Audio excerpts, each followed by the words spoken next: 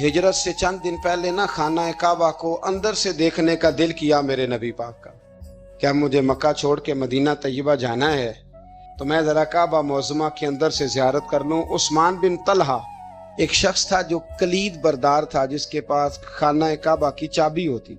حضور صلی اللہ تعالی علیہ وسلم نے اس سے کہا کہ بھائی چابی ذرا دے دو، میں خانہ کعبہ کے اندر سے زیارت کرنا چاہتا ہوں۔ کہنے لگا کوئی اور ہوتا تو میں دے دیتا، آپ کو نہیں دوں گا۔ معاذ اللہ ثم معاذ اللہ، حضور وہیں چاہتے نا، وہیں چاہتے تو حضرت عمر اگر حکم دے تو زمین تیل واپس کرتی ہے، تو حضور حکم دیتے تو وہ کافر اندر دھنسا لیتی زمین، سارا کام اسی وقت ہو جاتا۔ لیکن حضور نے کیا فرمایا؟ جب عثمان بن طلحہ نے کہا نا کہ آپ کو چابی نہیں ملے گی، اللہ کے رسول نے فرمایا عثمان ایک وقت آئے گا جب یہ چابی تجھ سے میں لوں گا، اور جس کو میرا دل کرے گا میں اسے دوں گا۔ ایک وقت آئے گا کہ یہ میں تجھ سے لوں گا، اور پھر جس کو میرا دل چاہے گا میں اس کو وہ چابی دوں گا۔ میرے نبی کریم رؤوف الرحیم سید عالم صلی اللہ علیہ وسلم نے وقت دیا۔ کتنا وقت لگا؟ 2 دن، 4 دن، 5 دن، 10 سال لگ گئے۔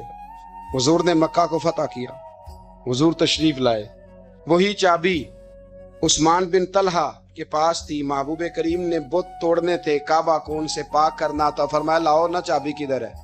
عثمان کہتے ہیں حضور نے تو بات نہیں جتلائی، پر مجھے وہ لفظ یاد تھے کہ عثمان ایک وقت آئے گا، ایک، سمجھیے گا بات کو، ایک وقت آئے گا جب چابی میں لوں گا، اور پھر جس کو میرا دل کرے گا میں اسے، پھر وقت آ گیا، پھر حضور نے چابی لے لی، نبی پاک نے بت توڑے، اور قربان جاؤں مدینے والے محبوب کے طریقے پر، فدا ہو جائیں حضور علیہ الصلوۃ والسلام کے کمال درگزر پر۔ جب حضور فارغ ہوئے نا بیت اللہ کو صاف کر کے، تو فرمایا کدھر ہے ابھی عثمان بن طلحہ؟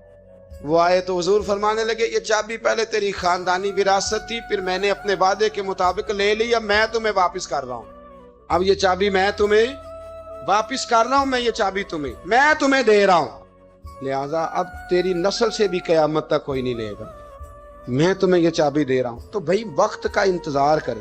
اور عثمان بن طلحہ کہتے ہیں میں نے حضور کا یہ کمال کرم دیکھا تو میں کلمہ ہی پڑھ گیا۔